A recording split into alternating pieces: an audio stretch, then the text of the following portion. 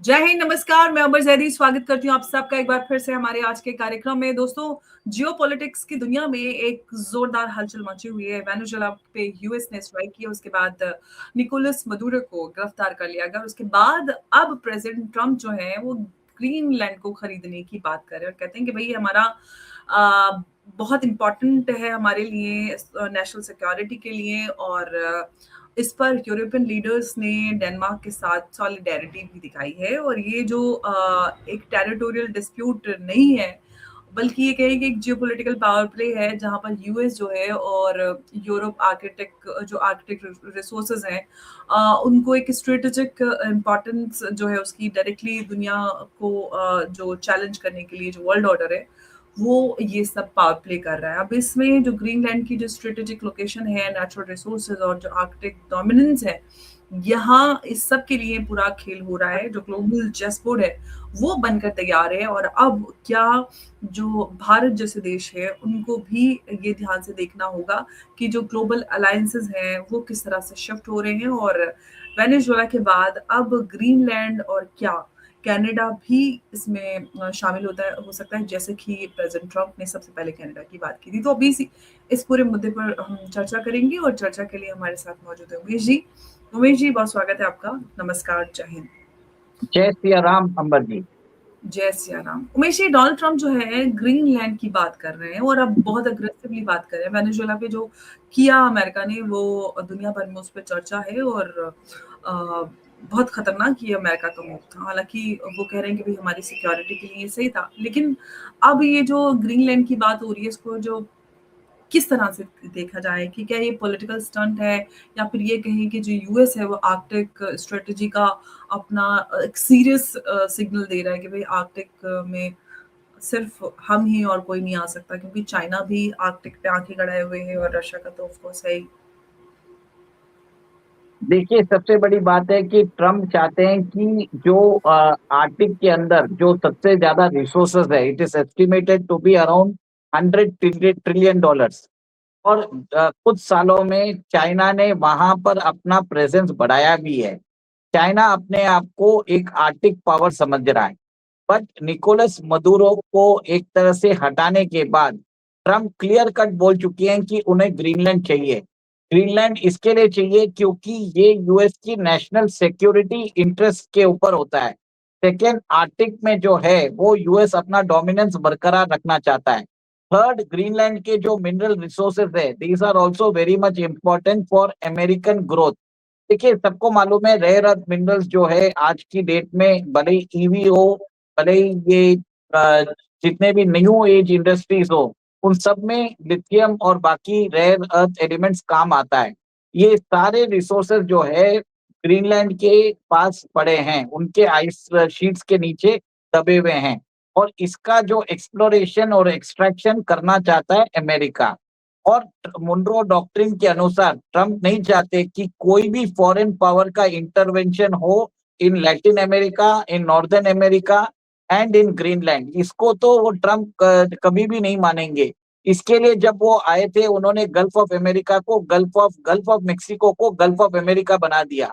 और सेकंड, उन्होंने Panama canal का जो ऑपरेशन है वो अपने हाथ में ले लिया, अमेरिका ने अपने हाथ में ले लिया।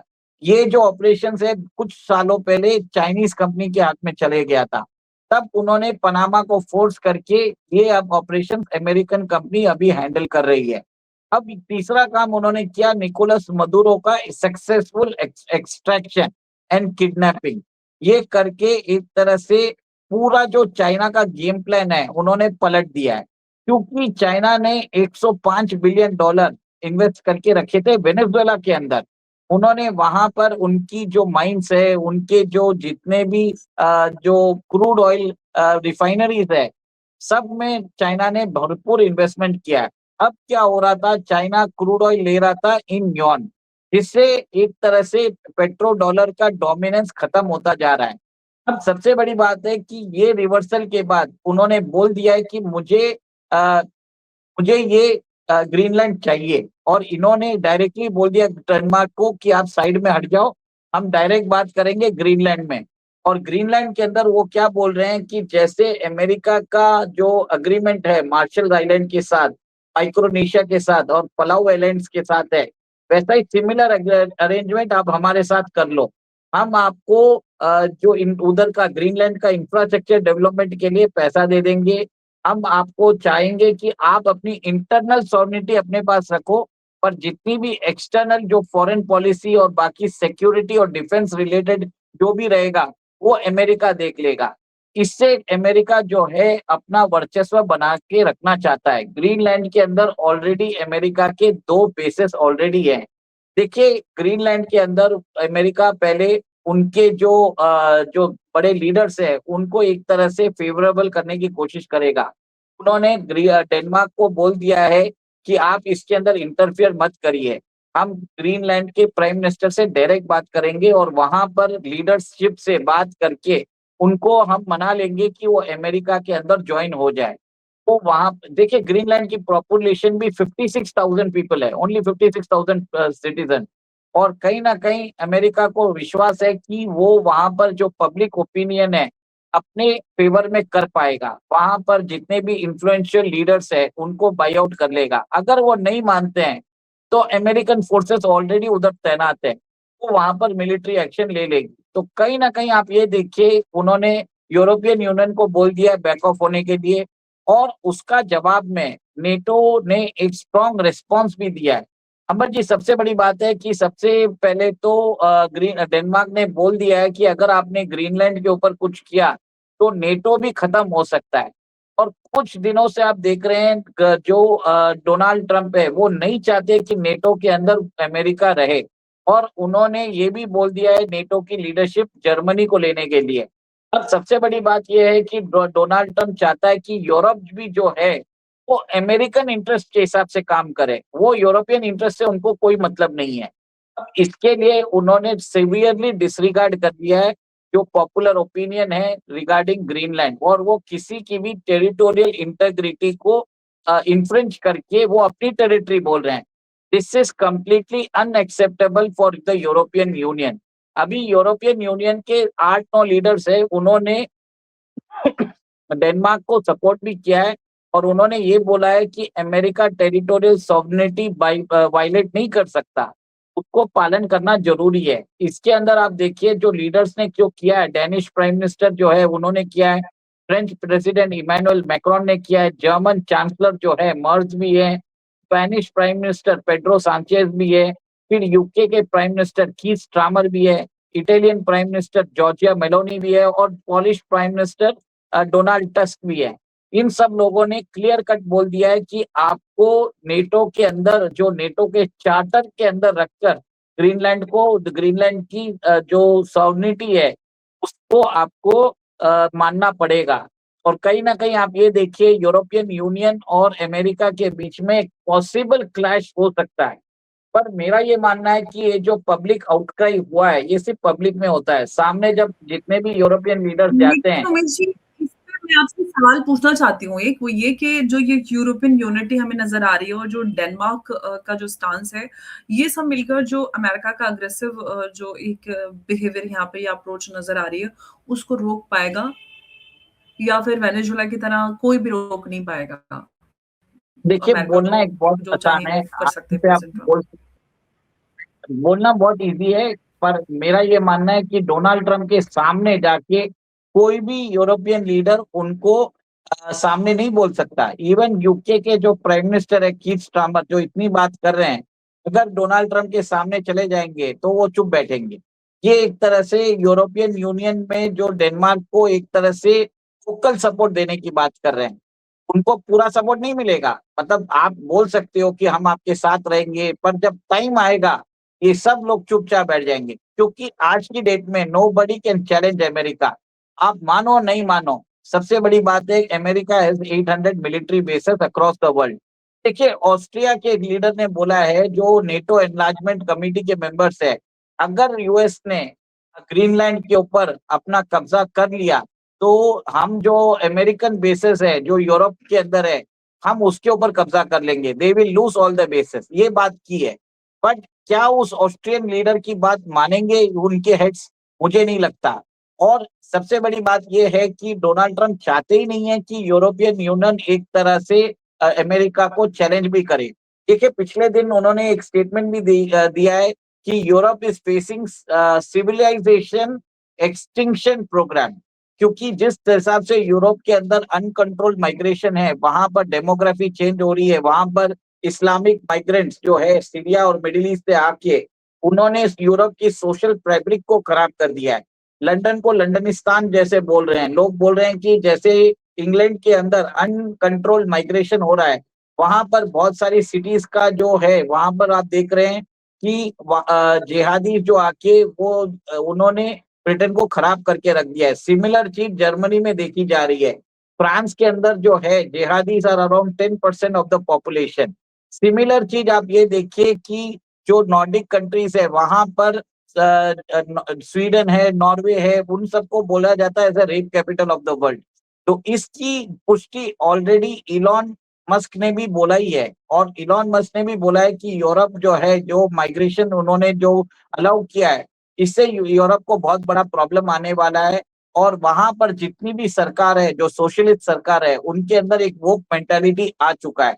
डोनाल्ड ट्रंप ने ये भी बोला है बहुत सारी कंट्रीज को कि आप यूरोपियन यूनियन छोड़कर आप अपना खुद का देखिए। उन्होंने इटली, हंगरी और बहुत सारे जो लीडर्स हैं उनको बोला है कि आपको ये जो अनकंट्रोल्ड माइग्रेशन है इसके खिलाफ खड़ा होना जरूरी है।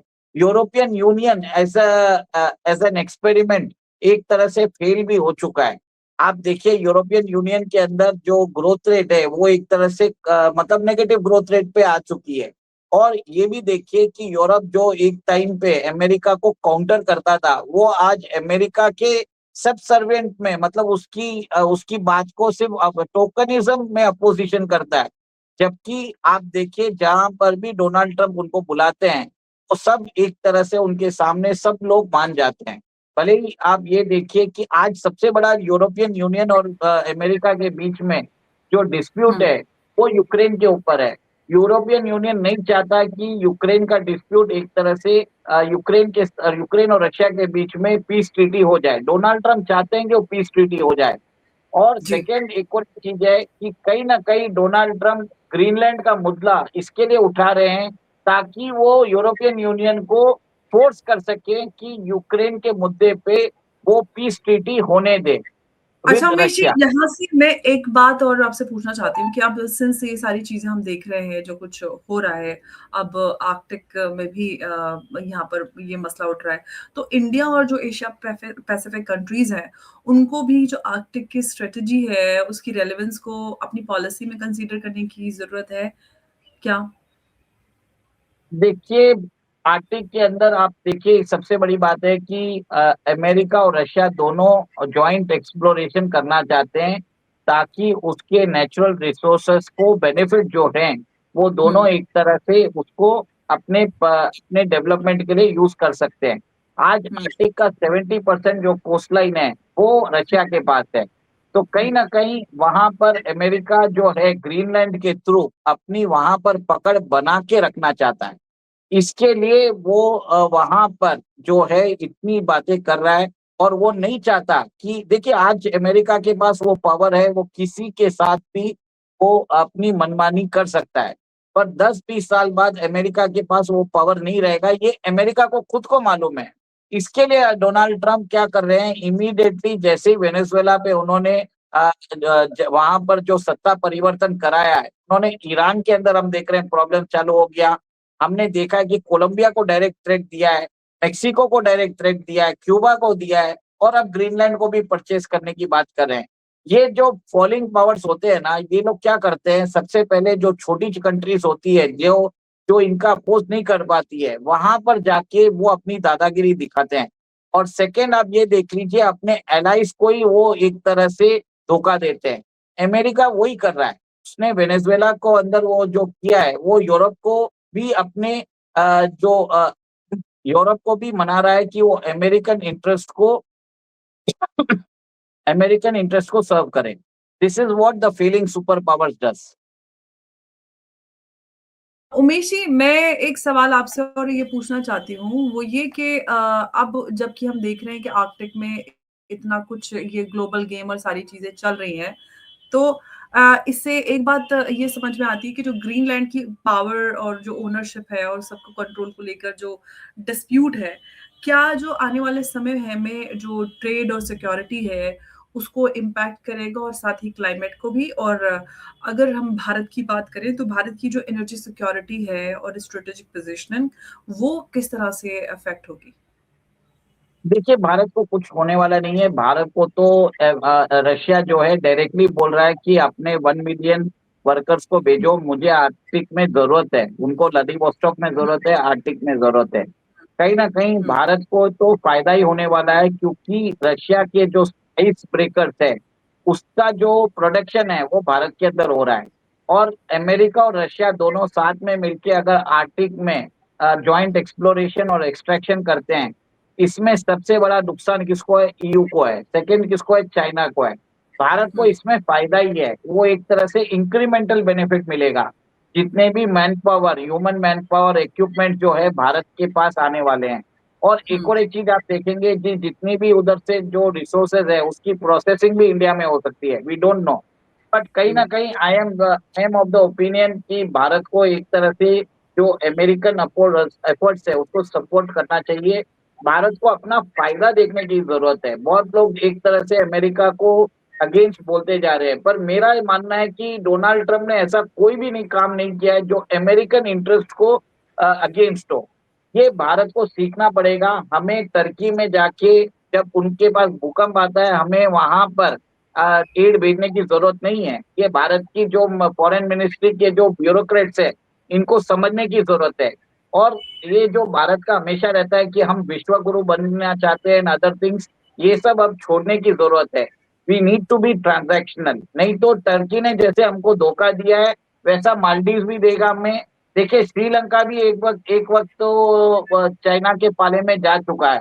भारत को जितनी भी एड भेजनी चाहिए वो कंडीशनल भेजनी चाहिए। उनको क्लियर कट बोलना चाहिए कि अगर आपने हमारी बात नहीं मानी, we are not going to help you. मरने दीजिए।